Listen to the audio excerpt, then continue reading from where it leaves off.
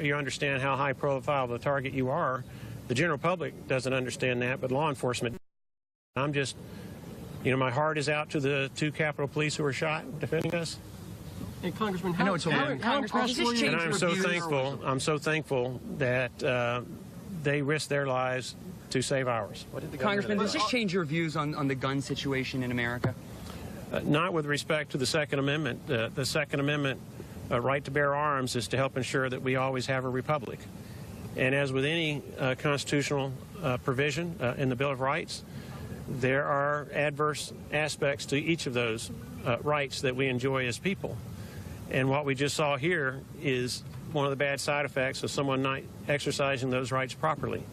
But we're not going to get rid of freedom of speech because some people say some really ugly things that hurt other people's feelings.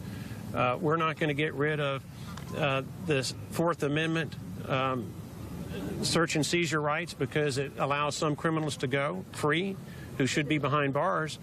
These rights are there to protect Americans, and while each of them has a negative aspect to them, they are fundamental to our being the greatest nation in world history.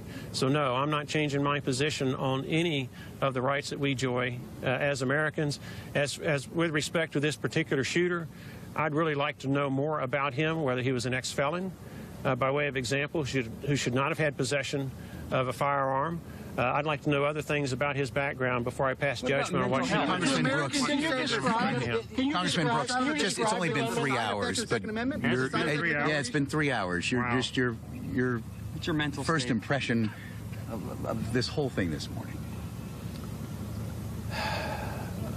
Well, it's the feeling of helplessness when you've got a baseball bat and a guy's got a rifle, and you see your friends, Steve Scalise in particular, lying on the ground, dragging himself from the infield dirt to the outfield grass where there's nothing to help him.